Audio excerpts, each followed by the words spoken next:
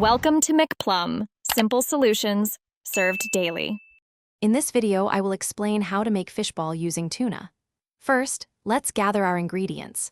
You'll need about 1 pound of fresh tuna, 1 egg, and 2 tablespoons of cornstarch. Don't forget 1/4 cup of finely chopped green onions and a pinch of salt and pepper for seasoning. Make sure your tuna is very fresh for the best flavor and texture. Having a food processor will make the mincing process much easier and quicker. Now let's get to the preparation. Mince your tuna very finely. A food processor works wonders here, but a sharp knife will do the trick too. Once minced, transfer it to a bowl. Add the egg, 2 tablespoons of cornstarch, your chopped green onions, and the salt and pepper. Mix everything together really well until it forms a sticky, uniform paste. This ensures your fish balls hold their shape during cooking.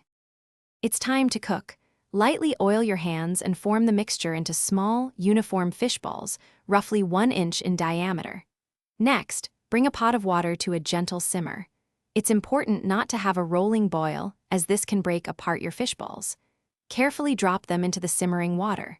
Cook them for about 3 to 5 minutes, or until they float to the surface and feel firm to the touch. Your delicious tuna fish balls are ready. They are fantastic served hot with a sweet chili dipping sauce, or even added to soups and noodle dishes. For storage, any leftovers can be kept in an airtight container in the refrigerator for up to 3 days, or frozen for longer. Remember to check the description below for a link to some amazing darn tough socks with a lifetime warranty and other great deals. Enjoy your homemade fish balls. Thanks for watching. Stay juicy and subscribe.